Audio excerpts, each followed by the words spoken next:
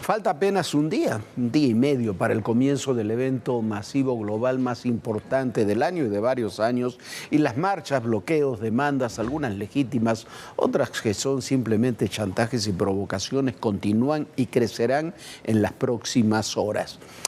Hoy la Coordinadora Nacional de Trabajadores de la Educación nuevamente se manifestó, bloqueó, ahora con apoyo de los normalistas de Ayotzinapa, y con sus ya acostumbrados bloqueos colapsaron otro día más la Ciudad de México.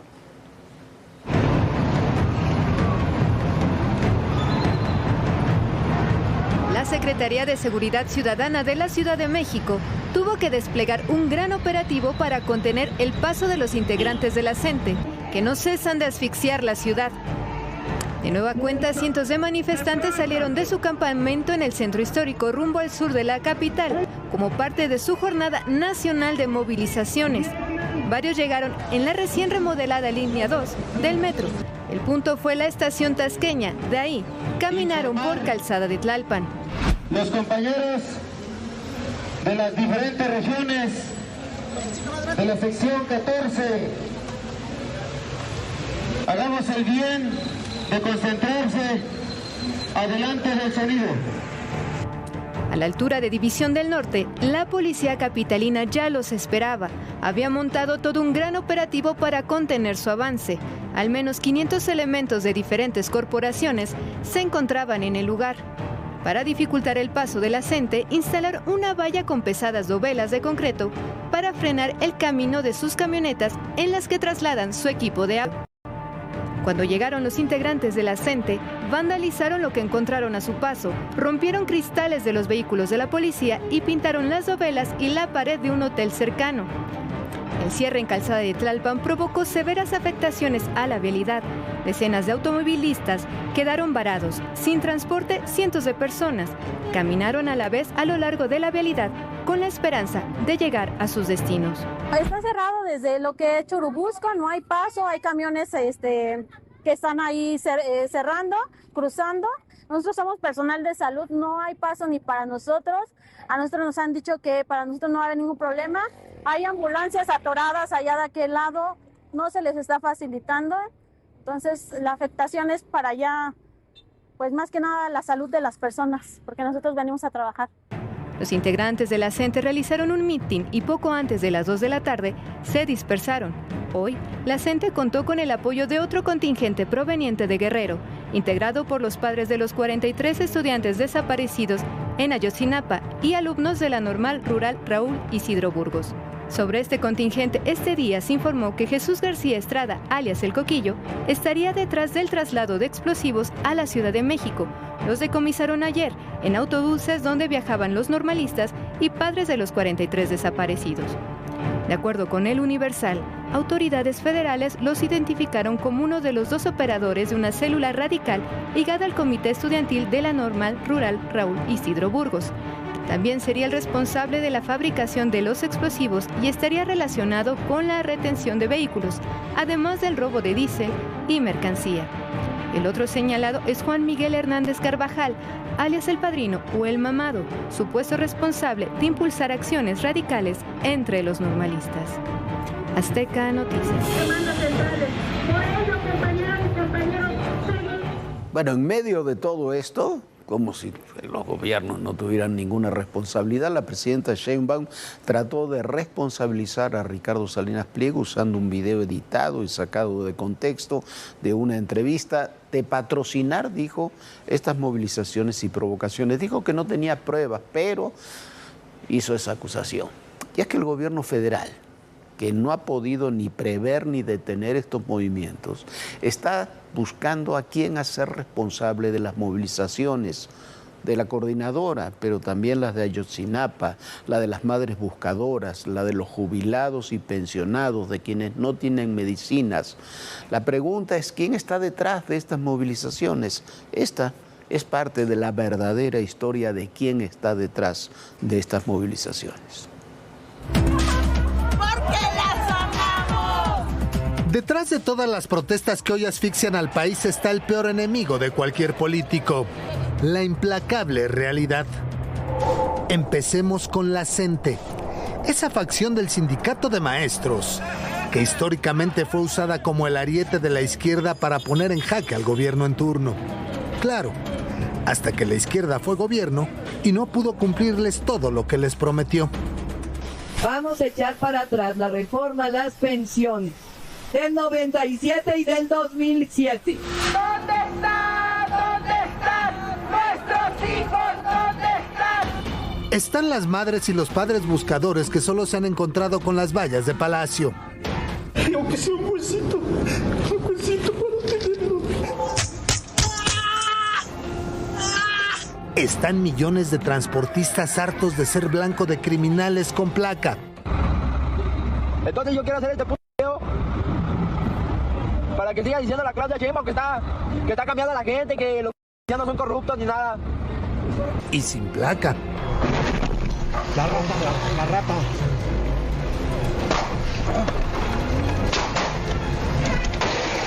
Están organizaciones campesinas asfixiadas por el nulo apoyo al campo. Yo soy productor del campo, soy víctima de extorsiones, ya estamos hasta la madre. Están padres y madres de familia cansados del ahora sí, del ya merito, del ya tenemos abasto de medicinas. Porque hay veces que los insumos no son suficientes y se necesita comprar. O sea, estamos gastándonos unos 3,000 pesos a la semana. ¿De dónde lo sacas? Sí, se vendió, ya se vendió la camioneta. ¿Perdiste todo lo que tienes por estar aquí? Pues sí, pero ganó una niña, ¿no? Detrás de todas estas protestas está una Secretaría de Gobernación que no opera, un gobierno que no resuelve y, claro, millones de votantes que hoy solo exigen resultados. Daniel Sanjeado, Azteca Noticias. Mire, aquí muchas veces le hemos platicado, le hemos contado, le hemos mostrado cómo detrás de organizaciones como el Comité de Lucha de Ayotzinapa han estado personajes ligados a grupos armados y también a organizaciones criminales. Esas relaciones estuvieron detrás de la tragedia ocurrida el 26 de septiembre del 2014 en Iguala con la desaparición de los 43 jóvenes de la Normal de Ayotzinapa. Estos militantes están formados en la violencia y la confrontación, y las suyas, como las de la CENTE o la de la CETEC, que es la CENTE de Guerrero, no suelen ser movilizaciones pacíficas ni reivindicativas. Son movimientos políticos ultrarradicales con agendas muy alejadas, ya sea de la educación o de las demandas sindicales. La Secretaría de Seguridad y Protección Ciudadana encontró ayer 59 explosivos en un camión que transportaba militantes de Ayotzinapa.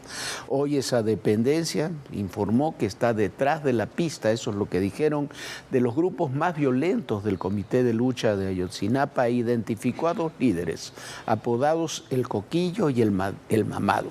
No los han detenido, pero dicen que ellos son los líderes. Lo que es ridículo es que dejaron trascender, así se publicó el día de hoy, de que eran financiados por el PRI y en particular por el senador priista Manuel Añorbe, que podrán tener muchos otros defectos, pero nunca han estado ligados a la Normal de Ayotzinapa. Esos grupos siempre han sido controlados por organizaciones armadas y cada vez más por grupos criminales. Y eso no es de ahora, sino de hace décadas. Es una historia que ya le hemos contado en muchas ocasiones, pero esta es otra historia verdadera de lo que está detrás de las declaraciones del poder. La Normal de Ayotzinapa, grupos ultrarradicales, subversivos y del crimen organizado siempre han estado presentes en Guerrero. Está documentado que desde hace varios años el narcotráfico tiene infiltrada la Normal Isidro Burgos. Lo que en su momento fue un semillero de la guerrilla, hoy es lo del crimen organizado. La disputa entre estos grupos se da principalmente en la zona de la Costa Chica, la montaña, donde hay poblados donde se dedican a la siembra de amapola, de donde extraen la heroína para su venta en Estados Unidos y Europa. Jaime Solís Robledo, exdirector de esa institución entre 1999 y 2000, amigo de Lucio Cabañas y exalumno del maestro Otón Salazar, señaló en el libro Ayotzinapa y yo que al interior de la Normal rural había consumo y tráfico de drogas, agresiones, acoso escolar y sexual como medida represiva contra quien no se sumara al grupo estudiantil que controlaba la escuela. Hay que recordar que en Guerrero los grupos armados se fraccionaron, lo que dio origen al Ejército Revolucionario del Pueblo Insurgente, el ERPI, Ejército Popular Revolucionario EPR, las Fuerzas Armadas Revolucionarias del Pueblo, las FARC, y otros como los grupos autónomos armados Guerrillas Negras. Estos grupos subversivos, autodenominados guerrilleros, concretaron fuertes vínculos con el crimen organizado, incluso con la Coordinadora Estatal de Trabajadores de la Educación de Guerrero, la CETEG. Si bien los normalistas de Ayotzinapa no son financiados por guerrillas actuales, sí pertenecen a una base social ligada históricamente a movimientos de izquierda. Figuras clave como Lucio Cabañas y Genaro Vázquez egresaron de Ayotzinapa y fundaron guerrillas en los años 60. Es por eso que la Escuela Normal Rural Raúl Isidro Burgos de Ayotzinapa es considerada un semillero histórico de activismo social y lucha armada en México. Hay que recordar que en la desaparición de los 43 normalistas la noche del 26 y 27 de septiembre de 2014, el principal grupo criminal involucrado fue Guerreros Unidos, quienes operaban en la región de Iguala en total complicidad con autoridades municipales y policías locales. ¿Sí te acuerdas de los 4 chavos que murieron en Carrizalillo en un enfrentamiento de los robos con Guerreros Unidos? Dice, sí. Dice, pues aquí en la Turmán andan en una curva de los Ayotzinapa, allá anda también con ellos. Entonces de ahí, de ahí recibo un mensaje que me dicen que voy a juntar las cenizas. ¿Quién le habla? El Fecho. Me dice que voy a juntar las cenizas. Y que ahí las llevan a tirar por arriba. Si bien la Normal de Ayotzinapa se ha convertido en un semillero político, también se le acusa de estar relacionada tanto con grupos guerrilleros como del crimen organizado como los Rojos. El ataque a los normalistas develó una dinámica no solo de lucha social y guerrilla, sino de intereses relacionados con el crimen organizado. Los integrantes de Guerreros Unidos señalaron al director de la Normal de Ayotzinapa, José Luis Hernández Rivera, de ser parte de la banda rival de los Rojos, una decisión del cártel de los Beltrán Leiva. Según sus declaraciones, el director de la Normal estaría relacionado con los Rojos a través de Santiago Mazari Hernández El Carrete, sobrino del entonces diputado local del Partido del Trabajo en Morelos, Alfonso Miranda Gallegos, quien se encuentra cumpliendo una condena de 82 años y 6 meses de prisión por delincuencia organizada y secuestro agravado. Bueno, eso es lo que está detrás de las movilizaciones. Por una parte, el descontento social real de todos los grupos que no han tenido respuesta a lo largo de los últimos años. Algunos grupos magisteriales legítimos, pero por sobre todas las cosas, las madres buscadoras, los familiares de desaparecidos, los jubilados y pensionados a los que les cambiaron el sistema, les cambiaron las pensiones de forma ilegal, porque no podrían haberlo hecho. Están los trabajadores del Poder Judicial, están los padres que no consiguen medicinas para sus hijos. Hay muchos sectores que están profundamente descontentos con el gobierno y se están movilizando y están aprovechando la coyuntura del evento masivo que tenemos en unas pocas horas para poder expresar ese descontento. Están los grupos ilegítimos, como estos, ilegítimos porque trabajan con el chantaje y trabajan con la violencia para imponer sus demandas, como la CT, como la Coordinadora, como los grupos de Ayotzinapa. Están detrás de ellos grupos criminales y grupos armados. No quiere decir esto que todos los que participan ahí son de esas organizaciones.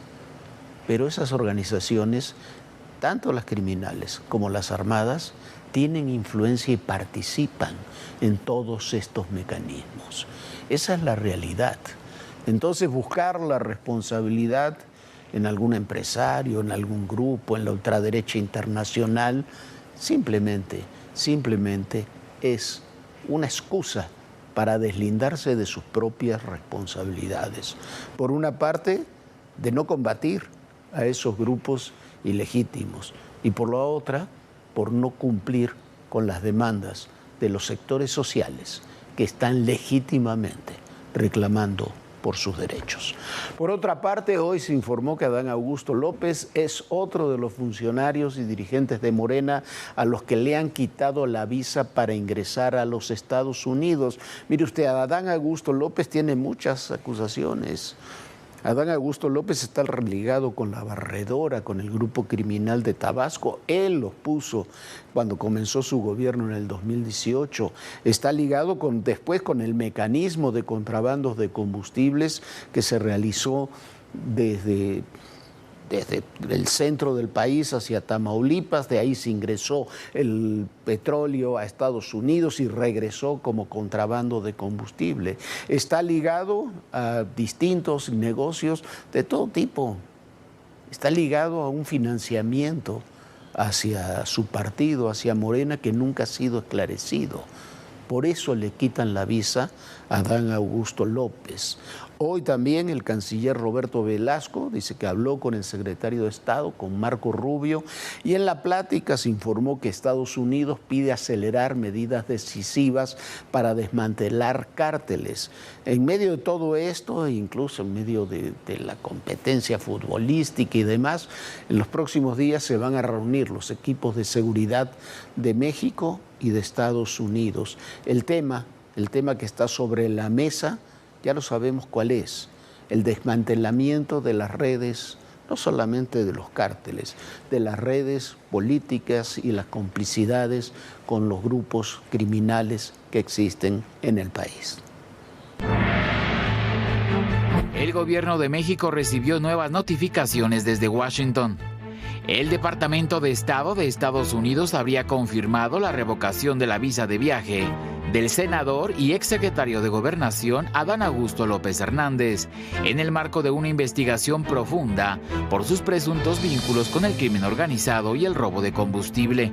De acuerdo con información revelada por el periodista Raimundo Riva Palacio en el periódico El Financiero, las pesquisas forman parte de un expediente del que las autoridades mexicanas, dice, tenían conocimiento previo y que amenaza con alcanzar a figuras del círculo más cercano del expresidente Andrés Manuel López Obrador. El año pasado, tras el encuentro del secretario de Estado Marco Rubio con la presidenta Claudia Sheinbaum, se le habría entregado al secretario de Seguridad y Protección Ciudadana Omar García Harfuch las fichas de Adán Augusto sobre su involucramiento en el contrabando de combustible desde el sur del país. También estarían cuestionadas las decisiones operativas tomadas durante la gestión de López Hernández como gobernador de Tabasco. Específicamente estaría bajo la lupa el nombramiento de Hernán Bermúdez Requena en la seguridad del Estado y la posterior revelación de que encabezaría la organización criminal La Barredora, brazo armado del cártel Jalisco Nueva Generación en el sureste del país. Hoy también se dio a conocer que Marco Rubio sostuvo una conversación telefónica con el secretario de Relaciones Exteriores de México, Roberto Velasco. En ella, el responsable de la diplomacia estadounidense pidió acelerar las acciones decisivas para desmantelar los cárteles. De acuerdo con el canciller mexicano, durante la conversación abordaron los temas más delicados de la agenda, como la migración ilegal y el tráfico de sustancias ilícitas, como el fentanilo. Velasco adelantó que este viernes se reunirá con el embajador de Estados Unidos en México, Ronald Johnson, para hablar sobre seguridad fronteriza. El secretario Rubio me dijo que está dando seguimiento personalmente a este tema y vamos a estar ambos en comunicación sobre esto y otros asuntos, y estaremos más adelante también buscando una oportunidad para tener una reunión presencial. El viernes la reunión sobre seguridad va a ser con los equipos. Vamos a reunirnos con el embajador Johnson, con el equipo que ha estado trabajando en el tema de seguridad, tanto por parte de la embajada como por parte de las distintas dependencias del Gabinete de Seguridad. Entre los temas a tratar en materia de seguridad están sobre todo la cooperación contra el crimen organizado transnacional y sus finanzas ilícitas. Azteca Noticias. El tema son las redes de protección y se van a reunir para hablar de estos temas con el embajador Ronald Johnson, que estuvo todo el fin de semana, desde el viernes, estuvo en Washington, él mismo lo escribió, aquí se lo habíamos adelantado, estuvo en la Casa Blanca, estuvo en el Departamento de Estado, en el Departamento de Justicia, en el Capitolio, estuvo reunido, dijo, con socios, no dijo quiénes, socios que participan en el interés común de garantizar la seguridad en México. Uno de los grandes desafíos en los eventos masivos es la movilidad de la gente, la movilidad del transporte, cómo llegar a esos eventos y cómo permitir que las ciudades sigan funcionando. Este es un reportaje de mi compañera Viviana Belsazo. La mayoría imagina estadios llenos y derrama económica y también a millones de aficionados viajando entre distintas ciudades. Pero hay un tema del que se habla mucho menos y en realidad puede definir el éxito o el fracaso del evento: la movilidad. En el curso de Major Events, grandes eventos, navegando oportunidades y desafíos de la Harvard Kennedy School, al que tuve la oportunidad de asistir, uno de los temas centrales fue precisamente la movilidad y la importancia de esta en eventos. Las ciudades estadounidenses hoy están acelerando obras, ampliando rutas, modernizando líneas ferroviarias, incrementando flotas de autobuses y preparando planes de contingencia para evitar algo que preocupa enormemente a los expertos: el colapso de la movilidad. Porque cuando millones de personas intentan desplazarse al mismo tiempo, cualquier pequeña falla puede convertirse rápidamente en un caos masivo. Los especialistas llaman esto crush load, que es una presión extrema sobre la infraestructura del transporte generada por concentraciones masivas de personas en ventanas de tiempo muy pequeñas. Esto genera enormes concentraciones humanas y es ahí donde los sistemas de transporte pueden quebrarse.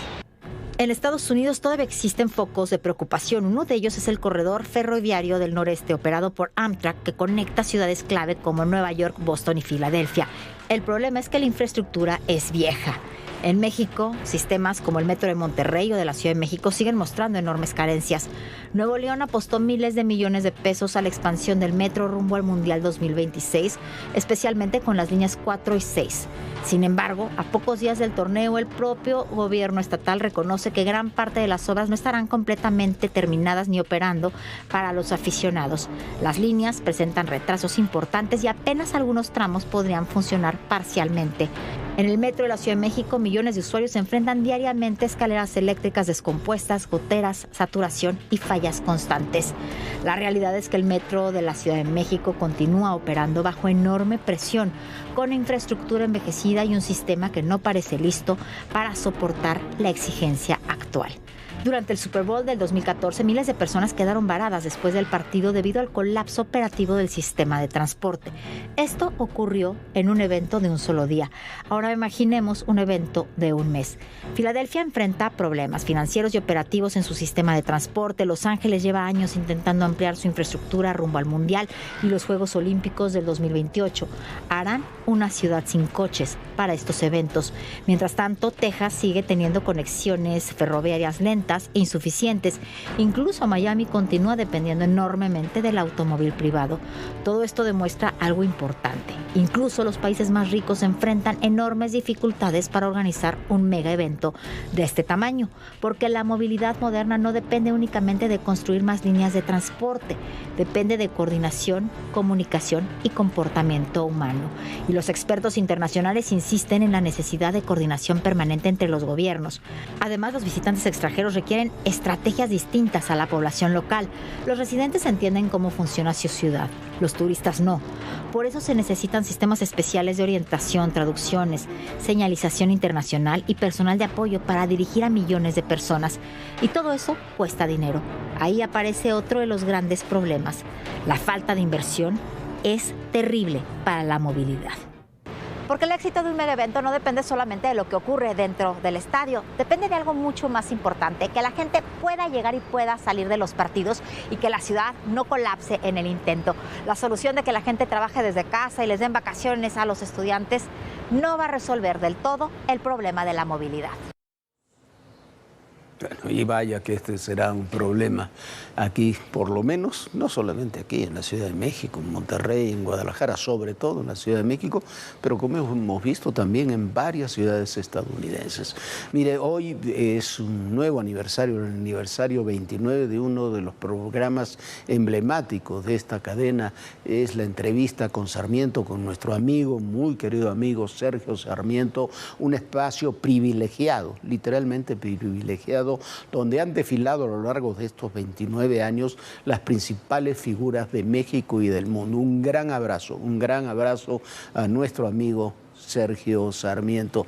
Y mire, una noticia, después de lo de Sergio, una noticia que lamentamos mucho a nombre de Luciano Pasco, director general de Noticias y Comunicación de Grupo Salinas, en el mío propio, de Viviana Belsazo. Le enviamos nuestras más sinceras condolencias a nuestro amigo y compañero Rodrigo Fernández Cadevil, director de Medios y Nuevos Negocios del grupo, por el fallecimiento de su padre Raúl Fernández Violante. Te enviamos, Rodrigo, un fuerte abrazo, una pronta resignación. Descanse en paz, Raúl Fernández Violante. Nosotros ya nos vamos. Muchísimas gracias por habernos acompañado. Lo esperamos mañana 11 de la noche en este Todo Personal. Y recuerden, el poder y en la política, todo, pero absolutamente todo es personal. Gracias.